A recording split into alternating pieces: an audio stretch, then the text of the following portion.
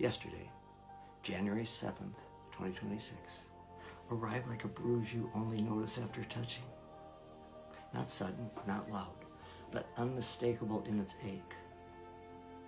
News moved across the country quietly at first, and then with the weight of something wrong. Minnesota stood in winter stillness, streets cold, breath visible, while the meaning settled in. An ICE officer, a gun, a choice made inside a system that rewards hardness and calls it duty. This was not just one person, not only a moment of fear. It was a warning about power without conscience, about force divorced from humanity. Fascism thrives when uniforms replace accountability, when obedience is praised more than mercy. It grows when people look away, when cruelty is reframed as policy, when fear is called protection. January 7th asked a question this country keeps answering: who gets to be safe? And who is marked as expendable? Defeating fascism is not heroic theater. It is neighbors refusing silence. It's journalists insisting on truth. It's courts that remember the meaning of rights. It's ordinary people saying no again and again and again. Grief belongs to Minnesota, but responsibility belongs to all of us. We carry it forward not as rage, but as resolve. January 7th hurts.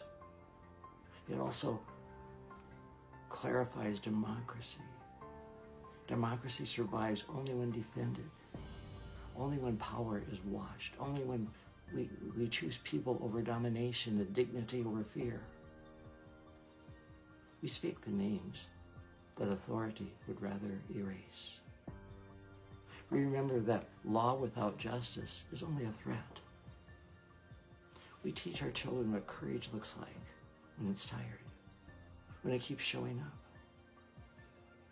The cold of Minnesota does not numb a conscious awake. Neither does despair. We warm one another with attention, with memory, with refusal.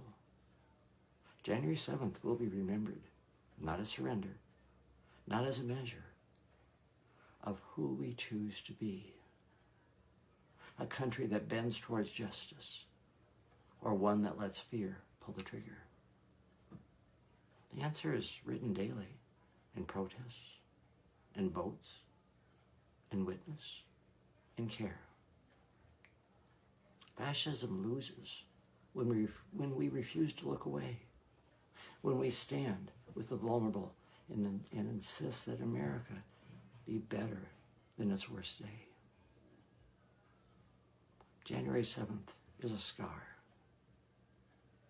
It's a call we will not ignore, that we will not ignore. Together, forward. Be nice, be kind, and be the greatest expression of you.